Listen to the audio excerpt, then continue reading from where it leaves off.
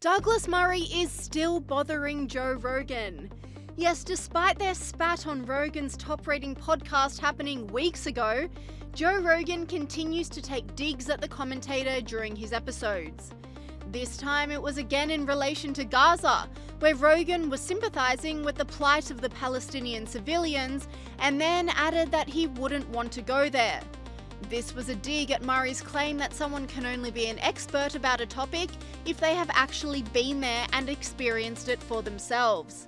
Any reasonable person would look at Gaza and go, this seems kind of excessive. This seems kind of fucking crazy. Right. It seems kind of crazy that 70,000 people or whatever it is are dead, including women and children. Like, this is the only way to do it? Really? Yeah.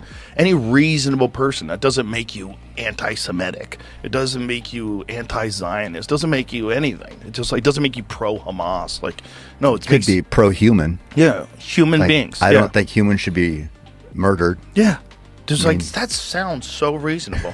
But the thing is, like, we never got into that. Yeah. Because the conversation, tactically, he entered into the conversation as, because he doesn't have really a defensible position. It's very hard to say this is the only way to do it. Yeah. So what do you say? You say, you need better experts. You shouldn't be talking to this person. You should be doing this. You should be doing weird. that.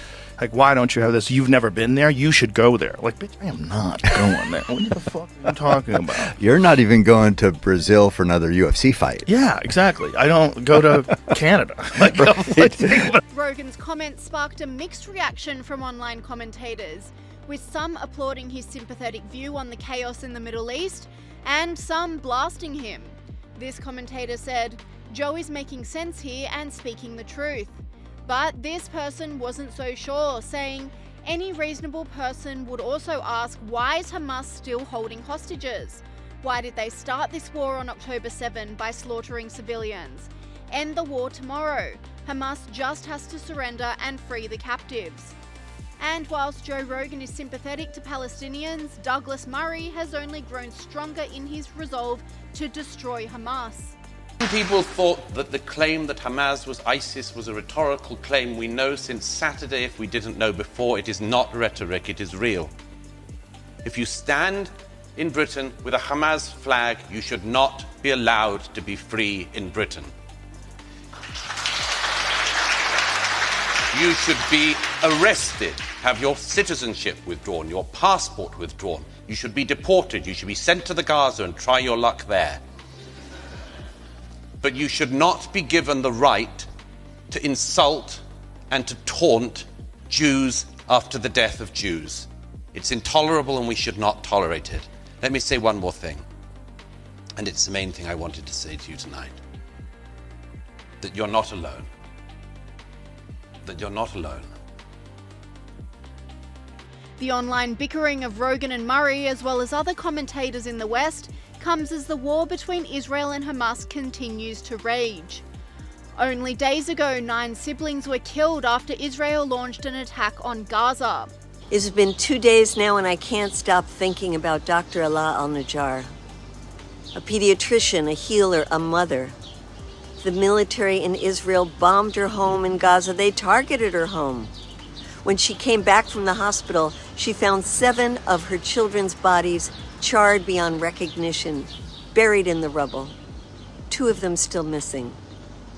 9 of her 10 children gone in an instant. The youngest was only 7 months old.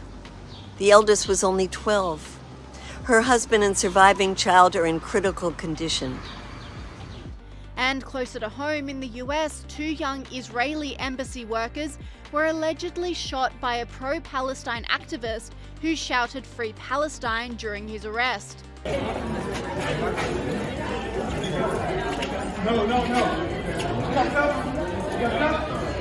Free Palestine! Free Palestine! Free Palestine!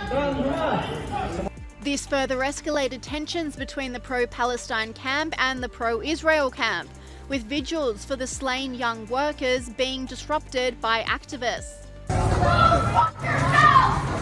Zionist piece of shit! Go fuck yourselves! And you guys killed 100 kids! 100 children a day! You guys are committing a genocide that's being displayed pro-Palestine bias of CNN was also put in the spotlight after the attack, with a guest very rightly putting the CNN host in her place for defending pro-Palestine activists. But what I saw in his eyes, I mean, I went to Columbia for grad school, and I saw the same thing in his eyes as I saw in the eyes of all the protesters at Columbia. Nothing different between him and them. But they did not create this horrific shooting. They did not, they didn't shoot. They gave permission. They gave the permission. And they've called for this. They have called for intifada revolution, which is the same thing he yelled last night. Do you worry that there will be a conflation, though, of the two, those people who are speaking their mind, who really care about what is happening in Gaza, and those people who are like this person who did this horrific shooting, who intend to do harm? A conflation. I mean, they are calling for intifada. At Columbia University, they call for intifada constantly. They're not quietly, they're loud. They're loud. You can hear it. They make recordings of themselves. So what's the difference?